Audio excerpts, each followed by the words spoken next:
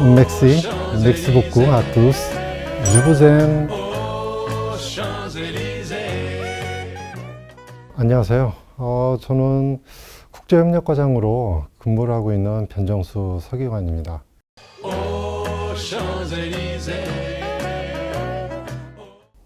기본적으로 그 해외 출장, 해외 공무 수행 이런 일들을 다른 부처와 같이 기본적으로 일을 진행을 합니다.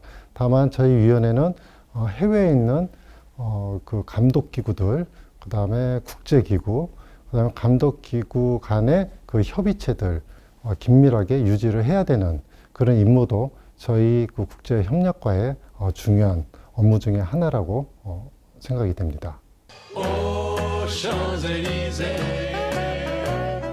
이 적정성 결정이 된 이후에는 유럽에 있는 개인정보, 즉 시민의 개인정보를 국내로 자유롭게 들어와서 그 정보들을 처리, 가공할 수 있게 되는 것을 의미합니다. 그러니까 이번 적정성 결정 같은 경우에는 우리의 개인정보 보호 수준이 굉장히 글로벌한 스탠더드 기준에 적합하다는 것을 증명하는 기회이기도 합니다.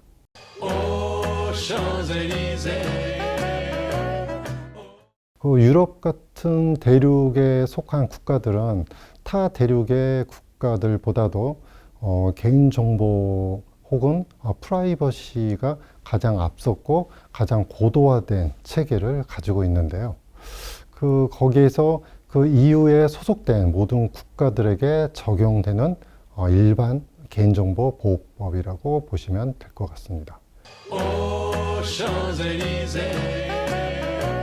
적정성 결정을 받기 전에는 우리나라의 기업이 유럽에 있는 개인정보, 즉 시민의 정보를 들어올 때 굉장히 까다로운 절차를 요구를 했었습니다. 그 SCC라고 하는 건데요. 표준 계약 조항을 철저하게 지킬 것을 요구를 했습니다. 그런데 이 SCC라고 하는 표준 계약 조항이 굉장히 작성하기 좀 까다롭고요. 이를 그 법률 회사에 맡겼을 경우에 이런 그 리걸피, 법률 준수 비용이랄지 이런 것들이 상당히 기업 측에서는 굉장히 부담이 좀 컸었죠. 그런데 이번 적정성 결정 이후에는 이런 그 형식과 절차들이 없어졌다는 게 가장 큰 의의라고 할 수가 있겠습니다.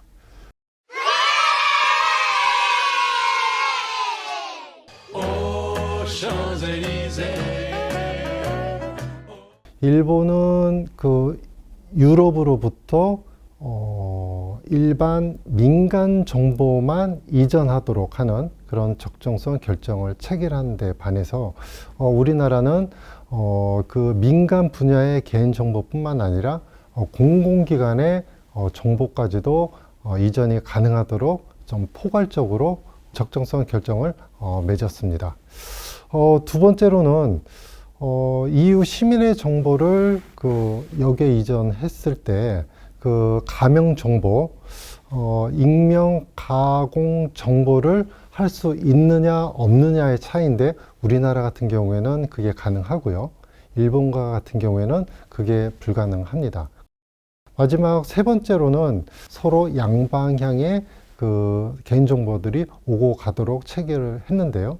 이번에 저희가 맺은 적정성 결정 같은 경우에는 그 일방적으로 EU에 있는 개인정보가 우리나라로 들어올 수 있을 뿐 우리나라의 개인정보는 유럽에 갈 수가 없는 그런 구조이긴 합니다.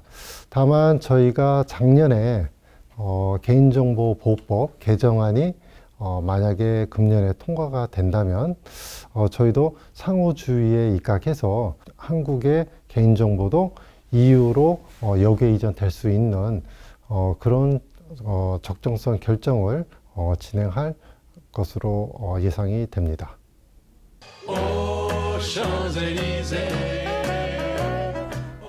지금 이 순간에 저희 부서원들의 한 분 한 분 이름들을 좀 불러드리고 싶은데 저희 그 직원들 한 해 동안에 열심히 자기 일 남일 가리지 않고 적극적으로 진행해 주신 여러분들께 다시 한번 좀 감사를 드리고요.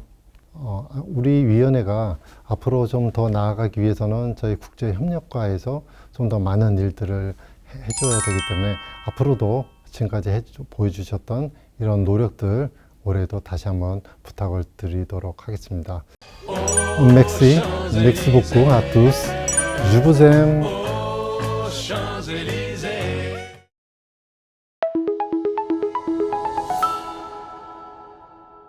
국제협력과는 개인정보보호위원회 존재 이유다? 다소 의아하게 생각하시는 분들이 좀 많으실 텐데요. 저희 위원회가 5년 전부터 추진하게 됐던 그 이후의 적정성 결정을 추진하기 위해서는 일단은 저희 위원회가 그 독립기구로서 발돋움해야 되는 게 사실은 선결 조건이었습니다. 그래서 저희가 독립 감독기구로 창립됐는데 굉장히 큰 일조를 한 게 저희 국제협력과가 아닐까 해서 감히 존재의 이유라고 했습니다.